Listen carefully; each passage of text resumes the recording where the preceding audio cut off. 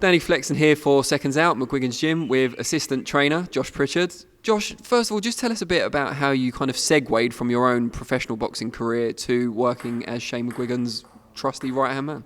Yeah, so I was boxing for Shane in 2011. Renewed my licence and failed my brain scan for one reason or another, and since then Shane asked me to be his assistant coach, and it went on from there really.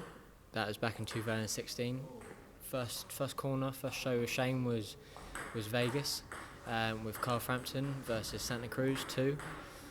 And yeah, it's just progressed since then really. Just came back to the gym and helped the lads out and helping Shane out where I can. So Your first time in the corner was a major defeat. Yeah. How'd you feel about that? You were bad luck? You were Jonah, as they used to say? Yeah, I mean, well, I was thinking, am I bad luck for Shane? No. I mean, it was a 50-50 fight. I mean, It's all gone very well since then, I think we can agree, pretty much. It's been brilliant, mate. So, really enjoying working with Shane. It's great. What skills do you think Shane saw in you when you were still a fighter that convinced him to ask you to become his assistant trainer? Enthusiastic, young, willing to learn. Shane's best in the business in my opinion, so he can mould me and teach me the way he does things. So it all runs smoothly in the gym, because it's all working through his system, and yeah. Talk to me a little bit about what your responsibilities are in the gym compared to what Shane's more in control of, and how you guys work together. Yeah. Well, Shane's obviously head trainer, so it's his call on everything. But my role is literally I just help out where I can. Quite often tapes the lads' hands, and just do anything they need really. Help them out through circuits. Help them out, do certain exercises. Maybe warm them up or anything, bit of everything really. Obviously got a big roller in the corner with him, helping out in the corner, but yeah. And is the long-term goal to eventually become a head trainer in your own right, learning from, as you say, the best in the business? Yeah. So obviously I've got my own fighter now. I've taken young Jack Hillier on the start of the year. He's 2-0 now, so obviously that's me now. I'm learning to be a coach myself through Jack, and obviously with all the help with Shane being his assistant, it's going really well so far. And yeah, it's brilliant to be able to watch Shane and try and do what he's doing with Jack. Compare for us the differing emotions between being a pro fighter and being a trainer. So the wins, so the elation of triumph, and the devastation of defeat. Does it hurt more as a boxer or as a trainer? Does it feel better as a boxer or a trainer? I mean, you get a fantastic buzz walking to the ring. You get a fantastic buzz when they get the hand raised at the end. Even from a 4-rounder to a world level.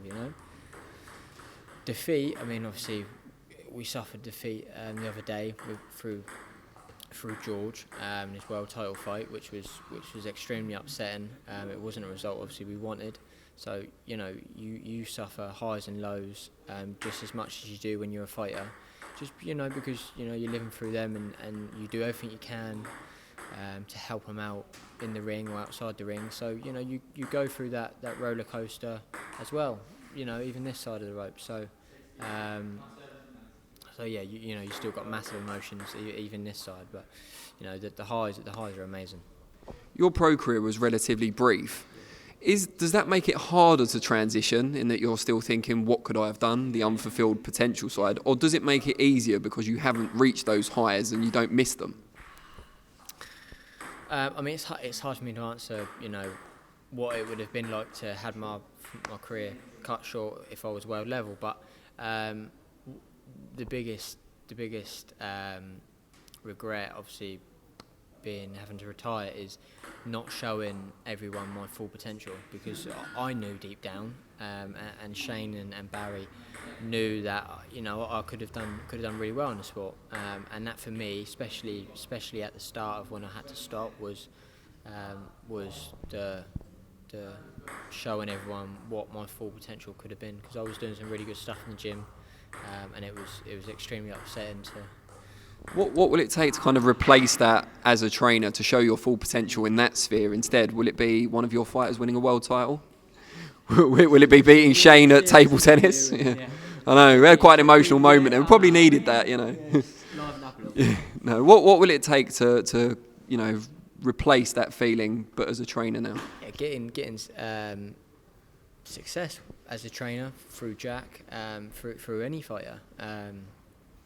Yeah, getting a bit of success, helping the lads out, and maybe finally producing a world champion. That'd be amazing. You know, if I could be half as successful as Shane, that'd be brilliant. Brilliant. Well, we thank you for your time, and obviously best of luck with all the fighters on Saturday night and for the future.